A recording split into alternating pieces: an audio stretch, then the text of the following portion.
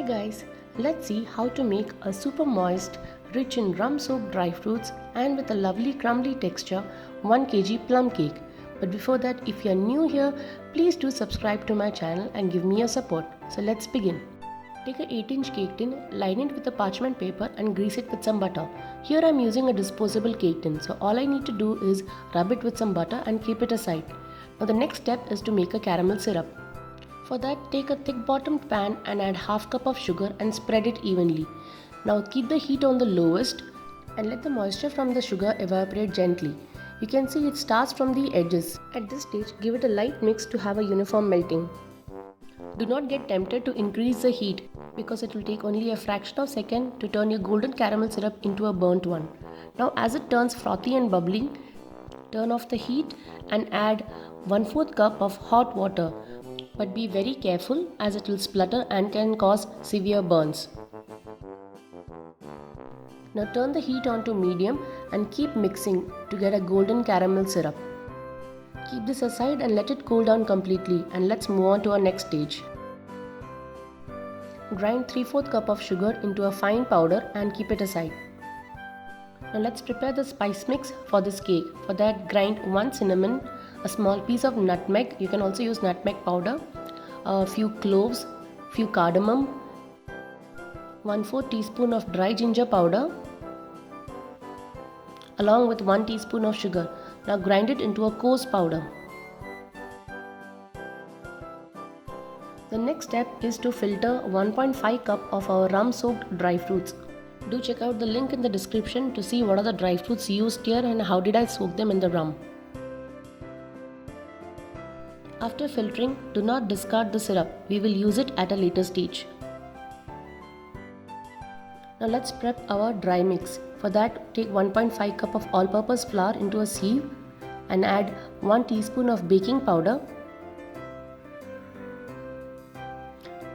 half teaspoon of baking soda, pinch of salt, and sift it into a bowl and keep it aside. Now measure 75 grams of softened butter. By softened I mean the butter should be at the room temperature.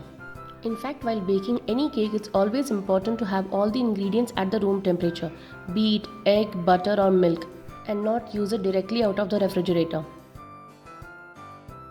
Now transfer this butter into a big bowl and using an electric beater or a hand whisk, beat it till it turns light and pale in color.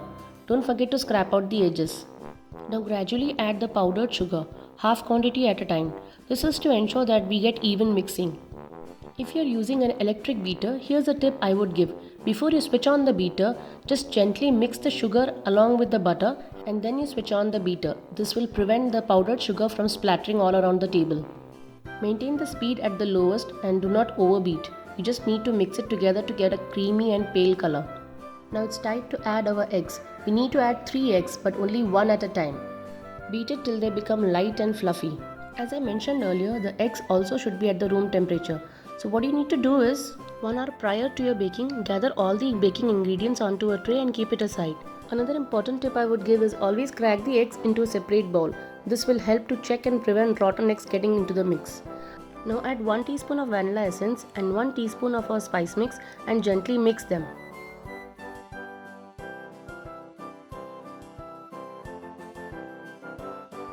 Now gradually add the caramel syrup and mix it again. You will see how the color of the batter changes from a light pale yellow to a nice golden coffee color. Now into our drained fruit mix, add 2 to 3 tablespoons of our cake flour mix. Also add 2 tablespoons of chopped cashews and almonds. Rub the flour nicely with the dry fruits and almonds. This will just prevent the dry fruits from sinking at the bottom while baking. Also at this stage, preheat your oven to 180 degrees for 10 minutes, and if you're doing it on gas stove, then heat the pan on medium heat for 10 minutes. Now sift our remaining flour into the egg mix. Using a spatula, gently mix it using the cut and fold technique. Also add 2 to 3 tablespoons of cocoa powder to get that delicious chocolatey flavor. Using the cut and fold technique, mix the dry and the wet ingredients. A few lumps here and there are absolutely fine, so make sure you do not overmix them. Now add the dry fruits into this batter and mix it again.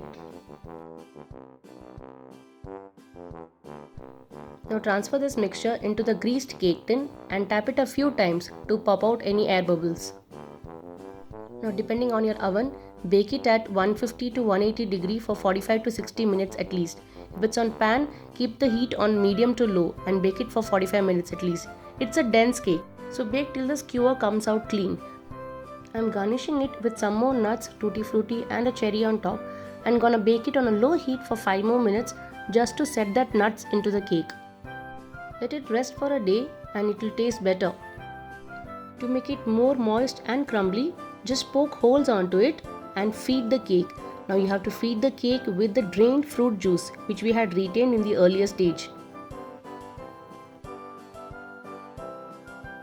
As the rum starts getting infused into the cake tastes better and better with passing days.